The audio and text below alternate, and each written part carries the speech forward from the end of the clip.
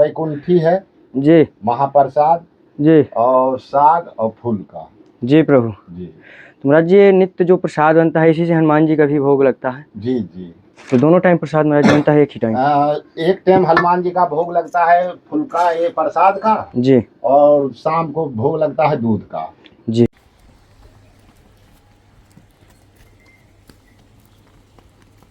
इसमें फल है थोड़ा पपीता, ये है भोग वगैरह के लिए आप लगा सकते हैं। जी राशन सेवों का है, सरसों का तेल, ये है प्रभु जी गुड़,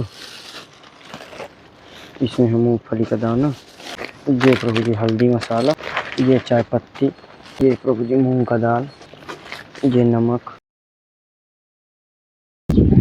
साथियों आप सभी को जय श्री राम। मैं अभिषेक पटेल अपने चित्रकूट दर्शन चैनल में आप सभी का स्वागत करता हूं।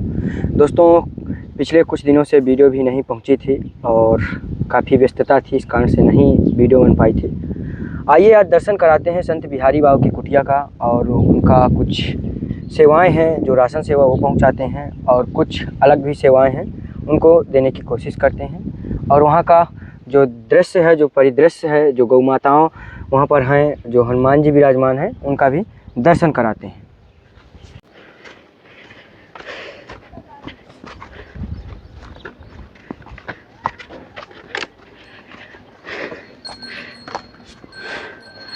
जय श्री राम। तो देखिए दोस्तों इधर महाराज जी का देखिए प्रसाद बन रहा है, जो महाराज जी के मुखारबिंद से पूछते हैं क्या क्या महाराज जी का आज प्रसाद में तैयार होगा। तो महाराज जी आज प्रसाद में क्या क्या है? जी आज बैकुंठी है जी, महाप्रसाद जी, और साग और फूल का। जी प्रभु। जी तो महाराज जी ये नित्य जो प्रसाद बनता है इसी से हनुमान जी का भी भोग लगता है। जी जी। तो दोनों टाइम प्रसाद महाराज जी बनता है एक ही टाइम? एक टाइम हनुमान जी का भोग लगता है फूल का, ये प्रसाद का। जी, और शाम को भोग लगता है दूध का। जी, जी। जय हो प्रभु। हाँ। तो देखिए दोस्तों संतों की जो रसोई होती है, देखिए कितना बढ़िया स्वच्छ और गोबर से गौ माता की लिपाई की गई है, और यहीं पर भोजन भंडारा इस प्रकार कुछ तैयार होता है जो आप लोग को देखने में आ रहा हो। तो महाराज जी जो ये प्रसाद बन रहा है तो ये गैस में ही बनता है महाराज जी, चूल्हे में भी बनाते हैं? जी सरकार, चूल्हा में भी बनता है और गैस में भी बनता है। अच्छा जी जी प्रभु। हाँ। तो महाराज जी यहाँ पर कितने वर्ष हो गए आपको रहते हुए, कैसे क्या क्रिया रहती है आपकी दिनचर्या यहाँ? यहाँ तो मान लीजिए कि 12-13 साल से तो ऊपर हो गया जी, मगर भगवान कृपा से 6 साल हनुमान जी के बैठे हो गए पधारे। जी, जी 6 साल। जी प्रभु। और अभी ये 7वां साल चल रहा है। जी, तो उधर तो मान लीजिए कि बहुत समस्या था हनुमान जी का। जी, जी सब चीज़ का दिक्कत हो जाता था, राग भोग सब चीज़ का है।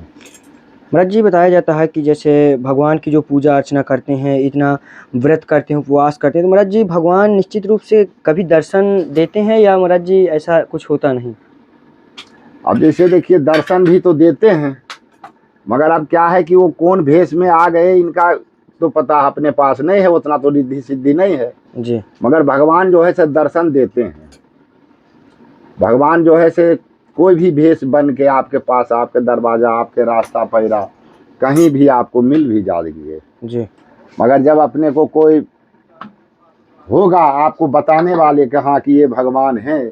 जैसे हमारे गोस्वामी तुलसीदास जी देखिए चित्रकूट में प्रत्येक दिन चंदन रगड़ते थे, घिसते थे, तिलक लगाते थे भगवान को, मगर भगवान को नहीं पाते थे। तो उनको पाने के लिए हनुमान जी महाराज जो है से फिर उनको बताए कि देखिए चित्रकूट के घाट पे भय संतन के भी तुलसीदास जी चंदन घिसे तिलक करे रघुवीर। तो तोता के रूप में जब हनुमान जी गोस्वामी तुलसीदास जी को जब बताए, वर्णन किए कि देखो जो बालक रूप में जो जा रहे हैं तो वही जो है से भगवान हैं, तब गोस्वामी तुलसीदास जी जो है भगवान को स्पष्ट किए, भगवान को दंड प्रणाम किए। तो इसी प्रकार से मानिए कि जैसे हम लोग को भी भगवान दर्शन सभी को देते हैं, मगर देने का तो है, मगर अभी क्या है कि अपने पास उतना हनुमान जी का इच्छा नहीं है कि हाँ बाबा ये भगवान है तो अभी इनसे तुम उद्धार मांग लो हैं। अभी क्या है कि अभी भगवान का, हनुमान जी का कर्तव्य है कि नहीं, अभी तुम सेवा करो हैं। और जब सेवा करो तो भगवान तो खैर यहाँ देखिए सेवा हनुमान जी का हो रहा है, गौ माता का, संत लोग का, अतिथि भगत लोग का।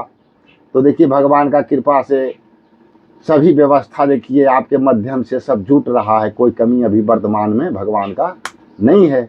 तो हम तो ये सोचते हैं कि भगवान का बहुत कृपा है हमारे ऊपर कि हमारे जो है से माने कहीं हमको जाना नहीं पड़ता है, नहीं कोई चीज़ का हमारे टेंशन रहता है कि हम कहाँ से क्या करें नहीं करें। आपके माध्यम से भगवान का कृपा से आश्रम में देखिए सेवा चल रहा है, कोई दिक्कत नहीं हो रहा जय हो। है। तो यही मानिए कि भगवान हमारे दर्शन दे रहे हैं।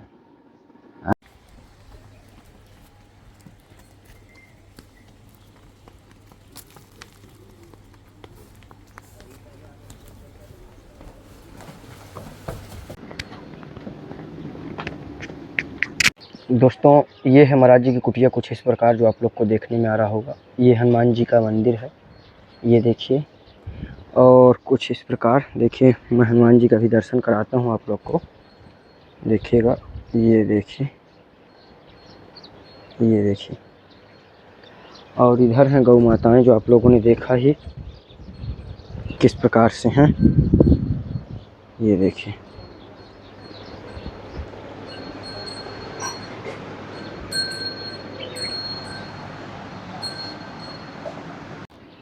जय सीताराम महाराज जय जी। सियाराम, जय कामतानाथ की, जय हनुमान जी, जय गौ माता की। कैसे हैं महाराज जी आप? जी आनंद है कामतानाथ की कृपा से। महाराज जी यहाँ तो जंगल में चिड़ियाओं की आवाज़ के अलावा यहाँ कुछ सुनाई नहीं देता है। जी हाँ, ये तो खैर भगवान का बहुत कृपा है देखिए जी जी कि चिड़िया माने आपको दिन भर, और रात्रि उतरी में मोर। अच्छा, रात में महाराज जी मोर? हाँ, मोर भी बोलता है आपको, सुबह शाम बोलता है। और उसके बाद एगो क्या कहते हैं बरसिंघा बोलता है, तो उसका भी आवाज़ कभी कभी माने आता है, क्योंकि यही बगल में वन विभाग है जी जी। तो महाराज जी जंगली जानवरों का भी आवागमन है क्या कुटिया के पास? अब तो खैर इधर नहीं है, अब वर्तमान में वर्तमान में है जी। पहले आना हाँ, गमन पहले था। आना जाना होता था। कौन कौन से जानवर आ जाते थे? पहले वही जैसे बनसुअर तो खैर रोज दिन आना जाना होता था जी वो बरसिंघा बोलते हैं, वो नीलगाई जैसे ये, और छोटा छोटा जो हुआ हुआ बोलता है उसको क्या कहता है, सियार उआर। जी तो ये सब माने ये सब जानवर जो है शाम पड़ते के बाद में आ जाता था जी जी। महाराज जी देखते हैं हम हर जगह की जहाँ भी कुटियाएँ बनी हैं तो संत महात्मा कच्ची कुटिया कांस कुसा की थोड़ा बहुत ज़रूर बनाए रखते हैं उस पर अंदर रहने के लिए, आराम करने के लिए। महाराज जी इसका क्या कारण रहता है? इसमें जो है देखिए दो तीन किस्म का भाव रहता है। एक तो कच्चा रहता है कुटिया, और साधु को कुटिया जरूरी रहना चाहिए। और दूसरा नंबर क्या होता है कि कुटिया का जो है सो शोभा भी वर्णन अलग होता है। और तीसरा काम क्या होता है, इसमें आप भजन भाव भी कर सकते हैं उसमें भी आपको, क्योंकि देखिए वो कुटिया जो है से कूस के छाड़ा हुआ है। तो कूस का जैसे कुटिया जो होता है ना वो ओरिजिनल होता है, उसमें आप भजन पाठ उष्ठान जैसे, इसीलिए कूस का चटाई बनाया जाता था पहले, अब तो खैर अभी भी मिलता है कभी काल है। तो इसलिए उसको कुटिया जो होता है बहुत माननीय कुटिया होता है जी मगर आज के युग में क्या होता है कि कुटिया शोभता नहीं है, क्योंकि पानी बारिश बूंद जैसे वो होने लगा तो जो है से माने पन्नी फट गया, ये हो गया वो हो गया, तो गिर गया तो उड़ गया। हाँ, तो आपका युग के लिए जो है से पक्का का व्यवस्था चाहिए। महाराज जी अधिकतर ज़्यादा देखने में आता है कि जैसे जहाँ भी कुटियाएँ हैं तो महाराज जी संत महात्मा बीहड़ जंगल के अंदर ही कुटिया बनाते हैं, वहीं भजन भाव भजन साधना करने के लिए जाते हैं। महाराज जी इसका कारण क्या हो जाता है? जैसे यहाँ जो आश्रम है, आश्रम में भी भजन साधना हो सकता है, लेकिन जंगल का ही स्थान चुनना। जैसे आश्रम जो होता है ना, एक जैसे भगत लोग का जो घर हो जाता है तो इसी प्रकार ये आश्रम हो जाता है। जैसे हमारे पहले देखिए कुटिया था तो हम स्वतंत्र थे, हमारे कोई टेंशन नहीं था। अब ये धीरे धीरे देखिए मंदिर बन गया और कुछ बन रहा है, गौशाला देखिए बन गया, तो ये क्या हो गया, ये आश्रम का माने रूप ले लिया। तो जब ये आश्रम का रूप ले लिया तो यहाँ क्या हो गया, बहुत नाना प्रकार का जंजाल हो गया। अरे यहाँ बल्ब लगाओ तो ये बल्ब फीज हो गया, तो वहाँ मोटर जल गया, तो यहाँ गैस ख़त्म हो गया तो गाय का भूसा नहीं है रे, तो गाय को पानी पिलाओ रे, तो गाय को ये करो रे। तो ये क्या हो गया, ये भगवान का चिंता हो गया।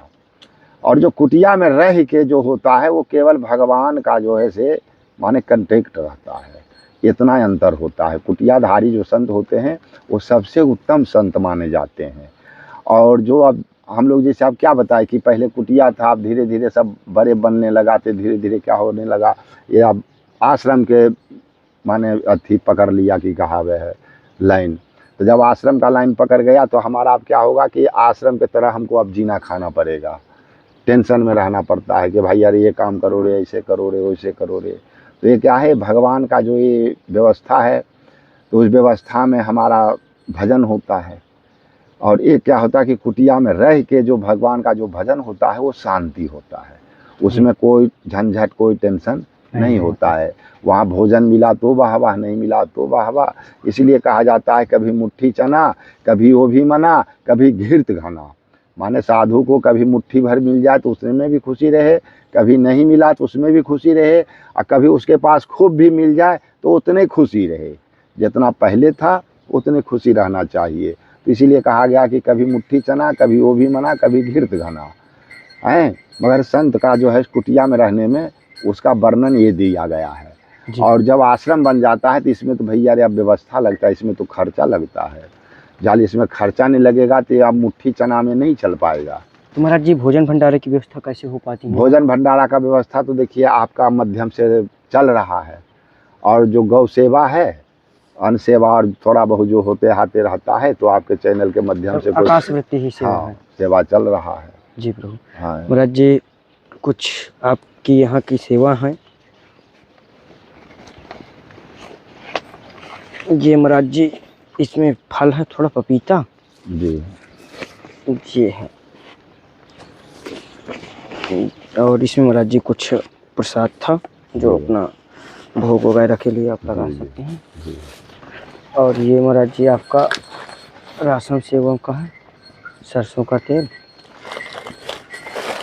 और ये है प्रभु जी गुड़, इसमें है मूंगफली का दाना।